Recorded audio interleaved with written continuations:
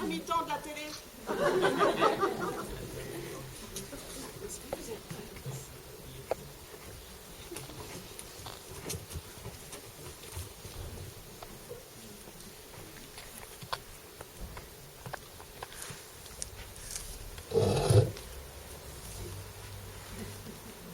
Bonjour, c'est Bernard, champion de Turlututu au grand concours de Saint-Dié en 2014.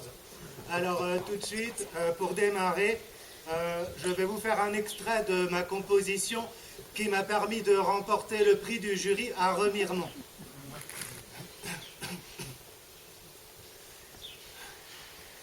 Turlututu, turlututu, turlututu, turlutu, turlututu, turlututu, turlututu,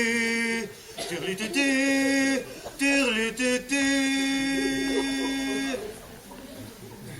Le début de... J'ai beaucoup travaillé.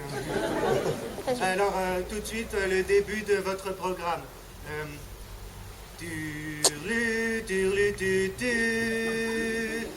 Turlu, turlu, tutu. Turlu, turlu, tutu. Turlu, turlu, tutu.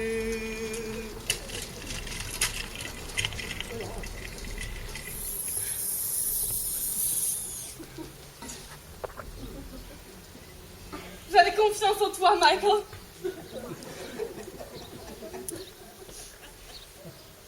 Samantha,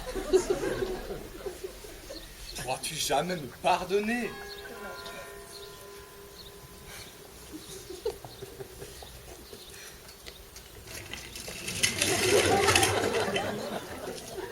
Bonsoir à tous. Sous l'effet d'une dépression venue du golfe de Gascogne, le temps d'aujourd'hui restera maussade sur la majeure partie de l'Europe, ponctuée d'averses de neige du nord des Pyrénées jusqu'aux abords de la Cappadoce. Averses qui n'épargneront ni la Catalogne, ni l'arrière-pays ariégeois en début d'après-midi. Avec une pression atmosphérique en dessous de 980 hectopascales, le Dow Jones et l'indice Nikkei provoqueront ici et là quelques flocons résiduels en soirée. La nuit restera très froide, du bassin parisien jusqu'à Francfort, où des gelées persisteront jusqu'au premier étage de la Banque Centrale Européenne. Nous fêtons aujourd'hui les Isidore. Le soleil se lèvera à 7h12 à Madrid et se couchera à 19h40 à la station de métro Saint-Michel. Il ne me reste plus qu'à vous souhaiter un très agréable brossage de dents. Tout de suite, votre série, un été à Madras. Quant à moi, j'aurai le plaisir de vous retrouver demain à la même heure chez votre papy. Turlu, turlu, turlu, turlu, turlu. Précédemment, dans un été à Madras. J'avais confiance, Michael. Pardonne-moi, Samantha. Suite. Michael. Où est Peter?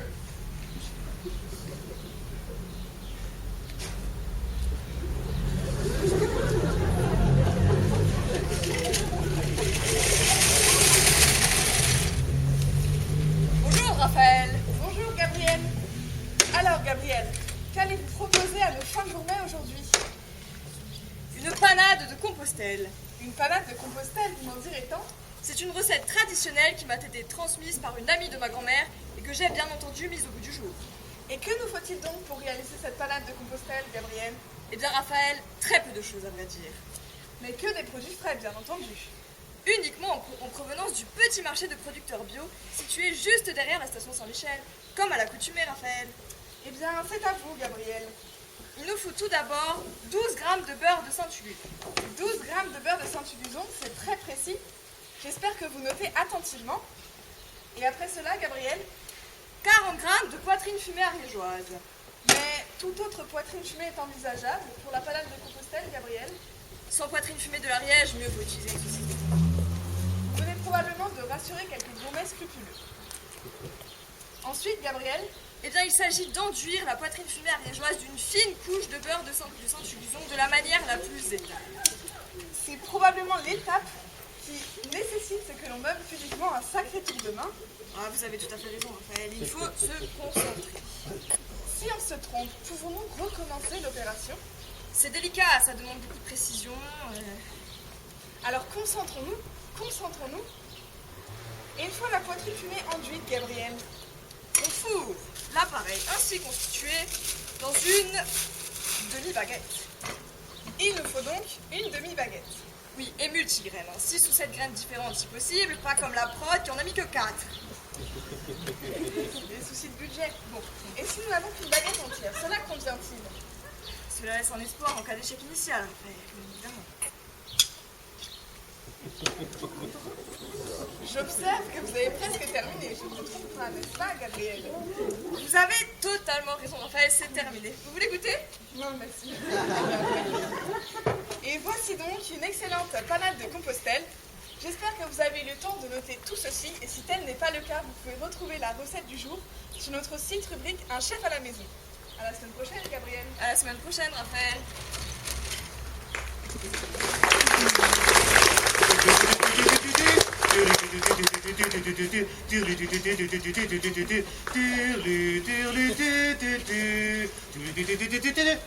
C'était difficile celui-là. C'est par une dépêche de l'agence Reuters que la nouvelle est parvenue au siège de notre rédaction. Il y a quelques instants, la maquette de l'avion du fils de l'attaquant du Real de Madrid, Jesus Almoneda, s'est écrasée au bord de la piscine du domicile familial. En direct de Madrid, un reportage de notre envoyé spécial, Gabriel Heaven.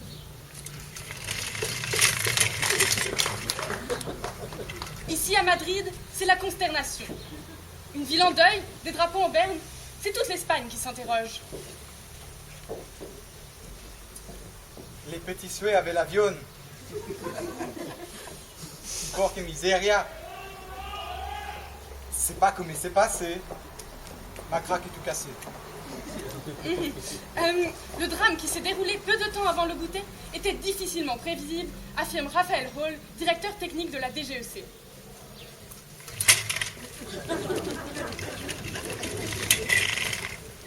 Tout ce que nous pouvons dire à l'heure actuelle, c'est que tous les contrôles techniques avaient été passés récemment et en conformité avec les réglementations internationales, et que donc l'enfant était en parfait état de fonctionnement au moment du drame. À l'heure actuelle, 8 plongeurs de l'aviation civile sont en train d'explorer les fonds de la piscine, dans l'espoir, bien entendu, de retrouver les boîtes noires de l'appareil et de faire toute la lumière sur cette sombre affaire. Ici à Madrid, Gabriel Heaven, Telechino pour Telemundo. Merci Gabriel, nous ne manquerons pas de revenir sur cette catastrophe dans notre édition de 20h. Sans plus attendre, la suite de votre programme.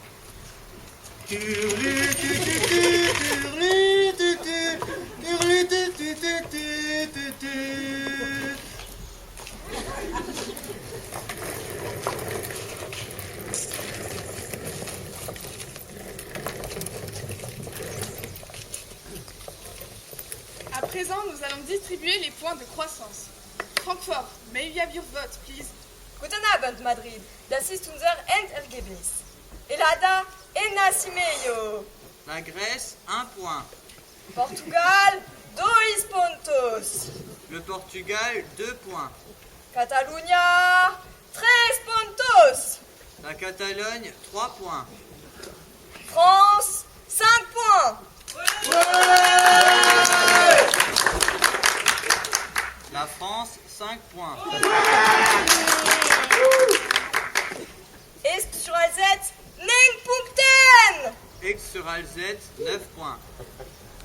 Tamil Nadu, Panirantu Pulikal. Le Tamil Nadu, 12 points.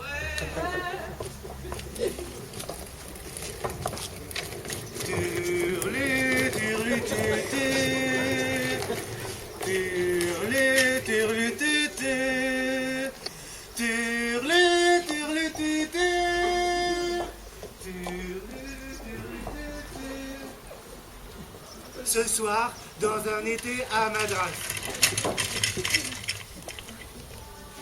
Michael! Où est Peter? Il jouait au bord de la piscine il y a quelques instants.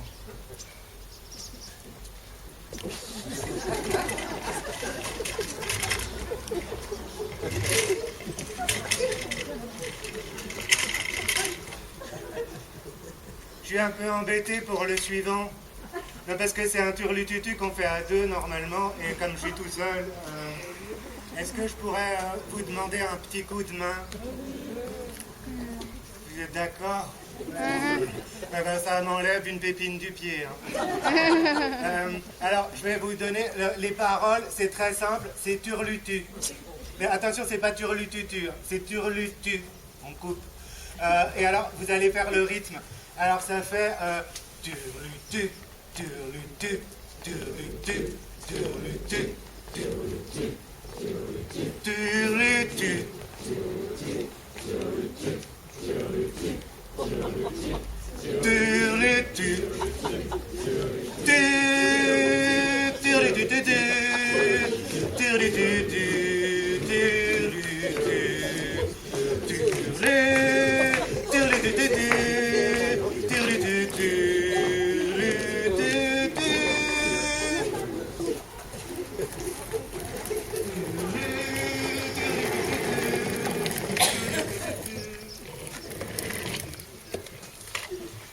Toujours 0-0 après 12 minutes de jeu en seconde période. Et oui, mais le problème, c'est que sous la pression des Catalans, il n'y a pas de lien entre les attaquants et les défenseurs du Real de Madrid. Le milieu de terrain est totalement asphyxié. Et peu de ballons, très peu de ballons pour Jesús Almuneda, qui pourtant a eu Ballon d'Or la saison dernière. Ni pour Almuneda, ni pour l'ensemble des attaquants du Real. Peut-être le moment de poser la question du jour. Combien y avait-il de passagers qui s'est écrasé ce matin en promenant de Madrid? Choix numéro 1, 241. Choix numéro 2, 421. Vos réponses par SMS au 42. Pour vous, un chèque de 10 000 € ou une voiture à gagner. Allez, 0-0, il reste un peu plus de 20 minutes dans les temps réglementaires. Plus les arrêts de jeu.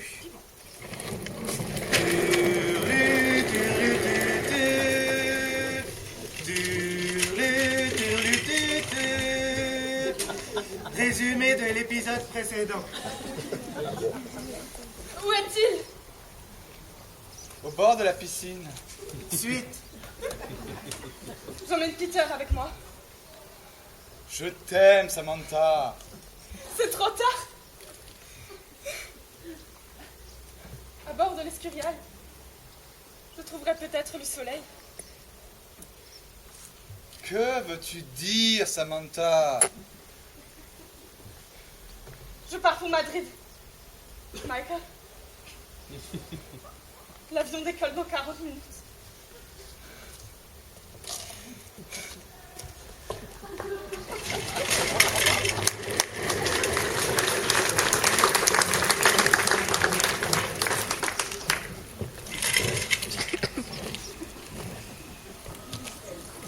Monsieur le Premier ministre, bonsoir. Bonsoir. Vous étiez ce week-end, à l'instar de l'ensemble des chefs de gouvernement de l'UE, au sommet de Madrid.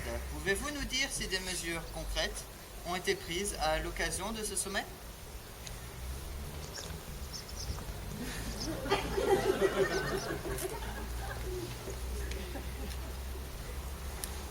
Oui.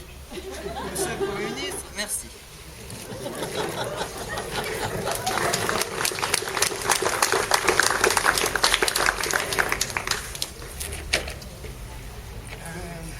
Alors là, on m'a demandé de meubler. Parce que bon, c'est vrai que on n'a pas trop de moyens, quoi. Mais il aurait fallu me prévenir un peu avant, parce que si j'avais su, peut-être, je sais pas, j'aurais emmené une petite plante verte, peut-être que j'aurais mis des rideaux belges, quelque chose comme ça. Mais bon, mais c'est peut-être l'occasion de vous parler de notre abonnement, oui. On est très heureux que vous soyez venus aujourd'hui pour l'ouverture de la chaîne. Ça fait pas longtemps qu'on l'a créée, vous voyez, on a fait avec ce qu'on avait. Alors pour le moment, vous profitez de l'offre gratuite, mais dès la fin du programme, si vous voulez vous abonner, n'hésitez pas à venir vers nous. Ça coûte seulement 10,99 € par mois. Alors pour le règlement, on ne prend pas les cartes de crédit, on ne prend pas les chèques non plus, on prend uniquement le liquide, en billets de 20 €. Malheureusement, pour des problèmes de trésorerie, nous ne pouvons pas rendre la monnaie aujourd'hui. Merci de votre compréhension. Bon, j'espère que vous appréciez tout de suite la suite de votre programme.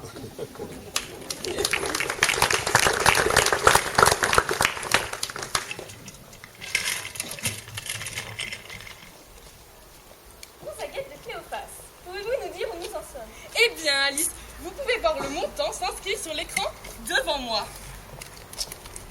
33 430 320 €. C'est bien cela, Gonzaguet? Exactement, Alice. 33 430 320 €. C'est presque 120 000 de plus de promesses de dons que l'année dernière à la même heure. Mais ce n'est pas encore assez. Et non, hélas, Alice, ce n'est pas encore assez. Et c'est pourquoi nous prolongeons nos services avec l'ensemble de nos bénévoles pour 2 heures, Alice.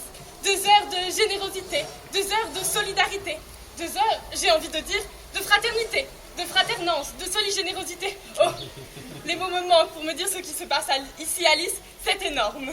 Et l'occasion pour nous de remercier tous ces bénévoles qui n'ont pas aménagé leur temps et leur semaine pour être au rendez-vous.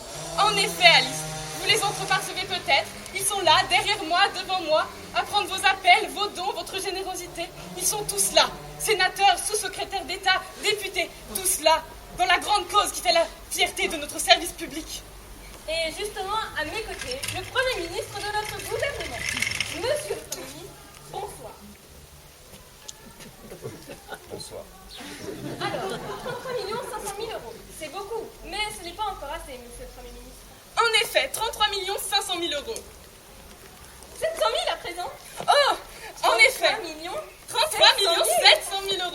Et ça continue. Et oui, ça continue de monter. Mais ce n'est hélas pas encore assez pour permettre à la recherche d'avoir les moyens efficaces et sereins de progresser encore.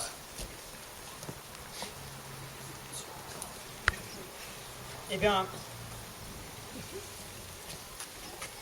nous sommes dans un contexte de maîtrise raisonnée des dépenses publiques. Et un gouvernement tel que le nôtre se doit de faire appel à la générosité de nos concitoyens pour rechercher. Et c'est en ce sens que le terme de recherche est à la fois fondamental, parce qu'aussi appliqué. Rechercher, disais-je, trouver, pallier le manque de liquidité lié aux prises de bénéfices abusifs sur les marchés et permettre à notre pays d'acquérir les outils indispensables à l'innovation dans un contexte auquel nous sommes aujourd'hui confrontés, qui est l'hypercompétitivité. Peut-être pourriez-vous, monsieur le Premier ministre, rappeler pour tous ceux qui nous écoutent l'enjeu de cette recherche que l'on peut qualifier de fondamentale. Je vois ce que vous voulez dire, mais ce n'est pas exactement ce que j'attendais de votre part. Pouvez-vous reformuler quelque chose que je comprendrais un peu mieux?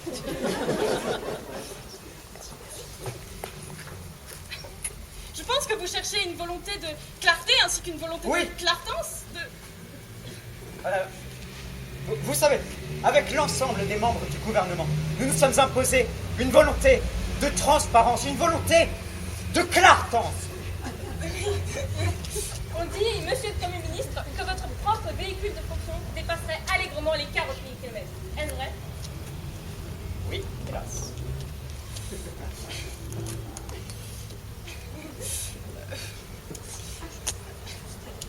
Vous savez, nous sommes dans une situation d'hypercompétitivité. Et nous sommes confrontés à l'augmentation des prix qui ne cesse d'agir. Et c'est pour ça que nous devons agir maintenant si nous ne voulons pas être distancés par les puissances émergentes et ainsi préserver nos emplois. Il faut 40 millions. C'est un minimum. Monsieur le Premier ministre, merci.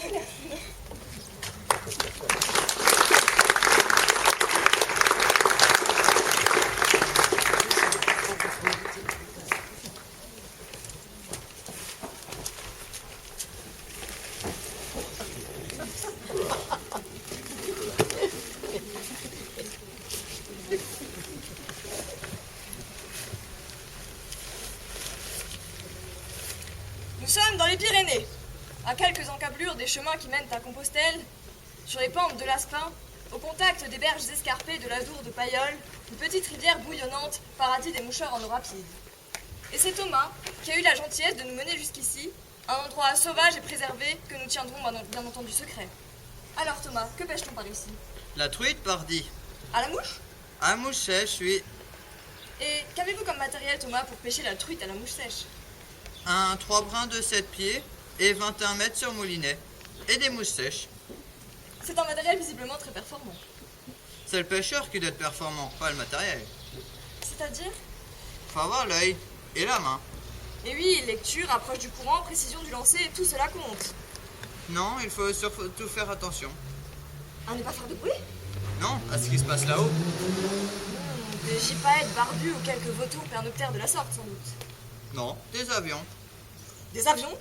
Au-dessus de ces paradis perdus? Vont vers l'Espagne, vont même vers les Indes, il paraît. Mais on les voit pas. Ah, l'Orient, Thomas, l'Orient. Si proche et si lointain, si mystérieux. Mais revenons à nos gardons, si vous me permettez par les métaphores piscicoles. Vous nous préconisez de prendre garde, Thomas, mais de quoi voulez-vous parler exactement?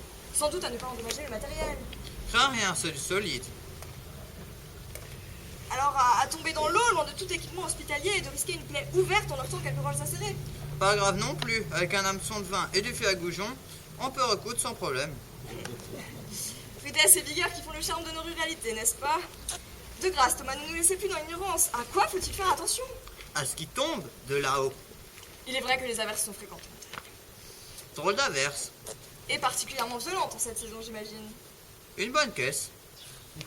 Pleuvoir une caisse, une expression locale tout en puissance évocatrice. Il faut dire qu'ici, quand ça tombe, ça doit tomber, n'est-ce pas, Thomas? 40 millions en billets de 100, tout dans une caisse.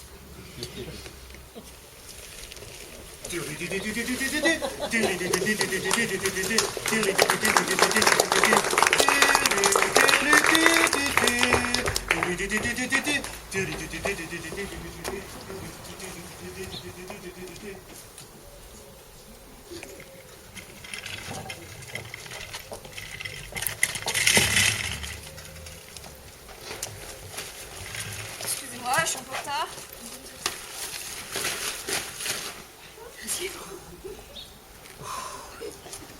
C'est pas un métier facile, hein.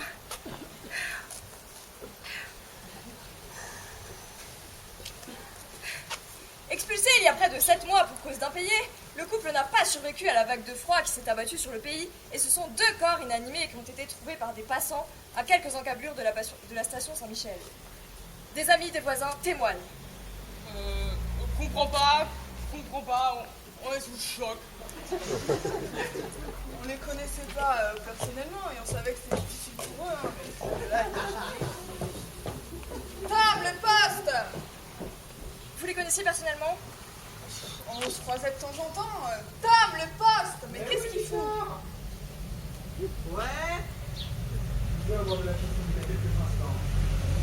La dame demande si tu te souviens des locataires du 3e. Les locataires du 3e, ceux qui étaient passés à la télé pour Noël. Il faut dire qu'ils sortaient pas beaucoup. Hein. On se croisait, on les connaissait un peu comme ça. Bonjour, bonsoir, vous comprenez? Et oui, un drame qui vient s'ajouter aux 3 autres décès de sans-abri rien que pour la journée d'hier. Le Premier ministre du gouvernement, de retour du sommet de Madras ce week-end, s'est montré profondément choqué et a affirmé que des mesures concrètes seraient mises en place afin d'accélérer le réchauffement climatique. Afin d'éviter, a-t-il précisé, que pareille tragédie ne se reproduise à l'avenir.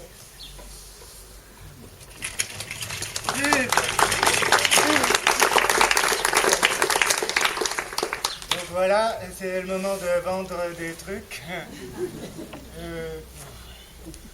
On a une piscine, si quelqu'un est intéressé. On la vend pas très cher, on n'en a plus besoin. Sinon, qu'est-ce qu'on peut vous proposer? On a un très grand écran plat, qui est très pratique parce qu'il est sur roulette. Alors, vous pouvez l'installer où vous voulez. En plus, il économise beaucoup parce qu'il utilise très peu d'électricité, voire pas du tout. Alors, du coup, vous pouvez le mettre dans le salon, dans la cuisine, dans la chambre, dans le jardin, où vous voulez. En plus, c'est une très haute résolution. C'est une affaire, on vous le fait pour 3 000 €. Pour un écran de cette taille, c'est pas très cher avec une résolution pareille. Est-ce que quelqu'un est intéressé? Non? Bon, la suite de votre programme, alors...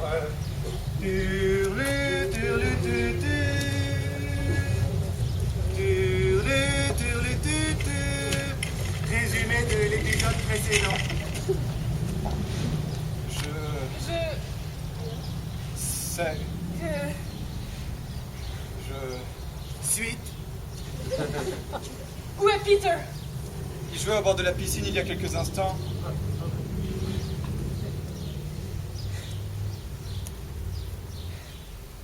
Je pars pour Madrid, Michael. L'avion décolle dans 40 minutes. Que veux-tu dire, Samantha? C'est trop tard. À bord de l'Escurial, je trouverai peut-être le soleil. Samantha, sauras-tu jamais me pardonner? J'avais confiance en toi, Michael!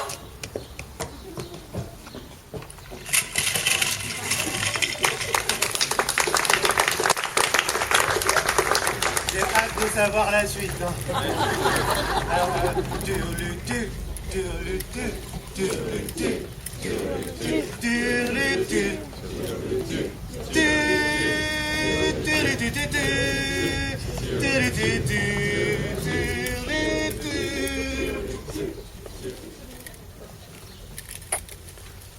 But! Fantastique! Fantastique! Jésus Almuneda a plongé au milieu de la défense catalane! Une frappe monumentale qui est venue s'écraser sous le transversé du Porta. Ah là là! Pablo Lazaretto, le président du Real, doit être aux anges! Ce n'est sûrement pas maintenant qu'il va regretter le montant du transfert. Officiellement, 27 millions d'euros. Mais dans les vestiaires, si j'ose dire, on parle d'une transaction de près de... 40 millions d'euros! Mais quelle frappe, les amis! Quelle frappe qui est venue s'écraser juste sous la transversale avant d'aller mourir derrière la ligne du but! Énorme! Que se passe-t-il au milieu du terrain? Une altercation entre deux joueurs, semble-t-il. Ah oui, ce n'est pas du joli. Que dit monsieur l'arbitre? Rouge! Terrible! C'est bien rouge! C'est une catastrophe!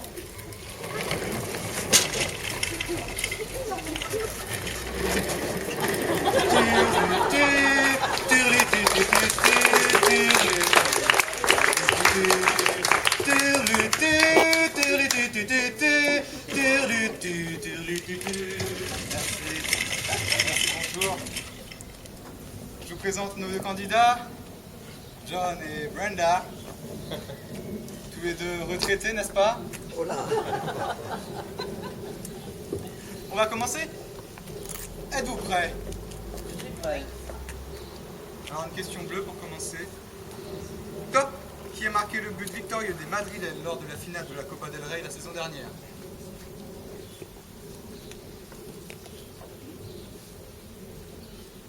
Jesus Almoneda. Jesus Almoneda, c'est une première bonne réponse, bravo!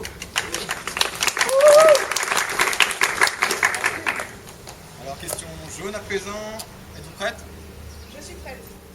Top! Comment nomme-t-on un appareillage culinaire formé d'une fine tranche de poitrine fumée de l'Ariège, recouvert d'une épaisse couche de beurre de Saint-Huguzon, enchâssée dans une demi-baguette multigraine?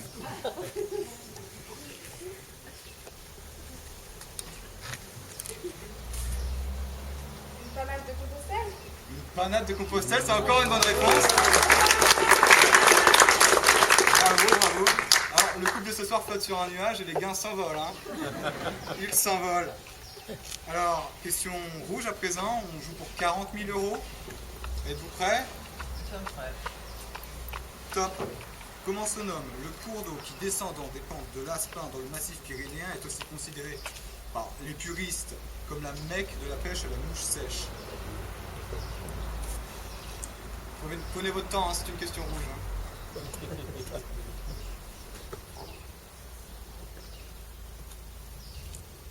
La tour de Pailleul. La tour de Pailleul, encore une bonne réponse, bravo! Bravo. Mais ce n'est pas fini, car la dernière étape pour un grand chelem qui vous permettra, en plus de vos gains, de remporter un merveilleux séjour dans un cadre idyllique plein de charme subtropical, voici. Et n'oubliez pas, au bout du temps écoulé, le bout du monde. Alors, quel est l'ancien nom de Chennai, ville située dans l'état du Tamil Nadu au sud de l'Inde?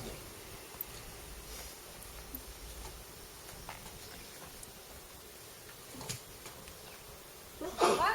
C'est Madras? C'est Madras, bravo!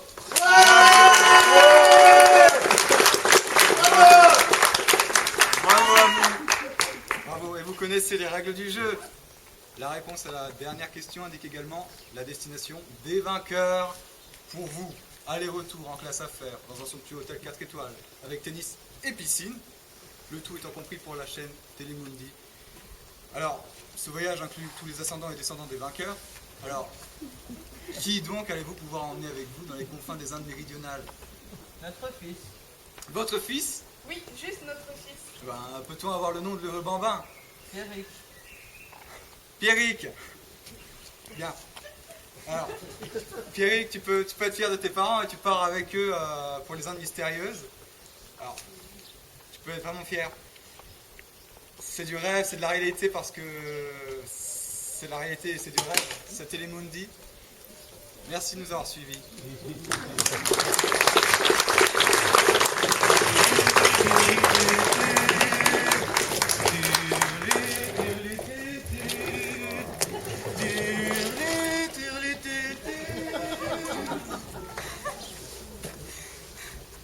Oh, Peter!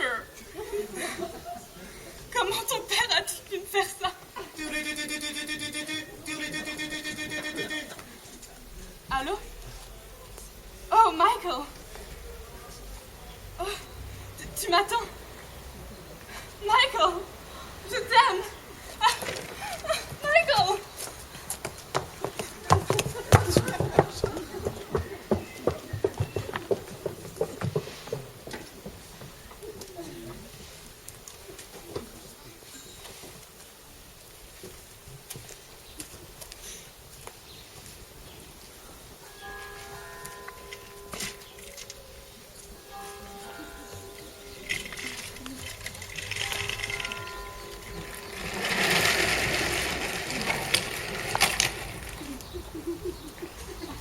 Monsieur le Premier ministre, vos premières impressions? Tout ce que nous pouvons dire, c'est qu'on a beaucoup souffert avant la pause. Trop de pression? Trop de pression, pas assez d'engagement. On était comme tétanisés par l'enjeu. Avec une place en phase finale tout de même. Oui, vous savez, une place en phase finale, ça arrive une ou deux fois dans une carrière. Hein. Mais au final, c'est fait. Oui, c'est fait. On a su relever la tête, relever le défi et hisser notre niveau de jeu d'un cran. Malgré l'expulsion? Je préfère ne pas commenter les arbitrages. Qu'est-ce qui a fait la différence selon vous, monsieur le Premier ministre? Et l'esprit de groupe, vous savez, la combativité, la solidarité. La solidarité en quelque sorte? Oui, tout à fait. Oui. À qui dédiez-vous cette victoire, monsieur le Premier ministre? À tous ceux qui nous écoutent et à ma famille surtout. Monsieur le Premier ministre, merci.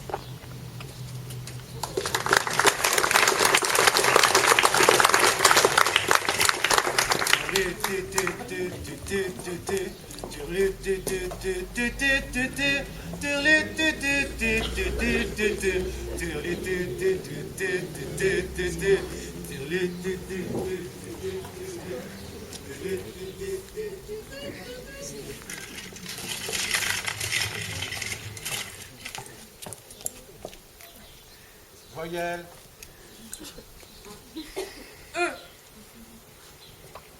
Consonne. N. Voyelle. I. Consonne. R.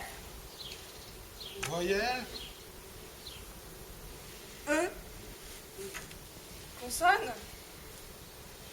T. Consonne. M. Consonne. R. C'est à vous. En 8 lettres. Hein. Pas mieux. Nous vous écoutons. Terminé. Hein.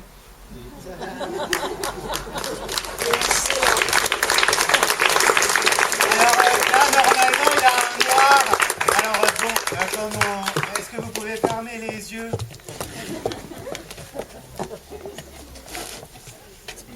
Vous pouvez les rouvrir.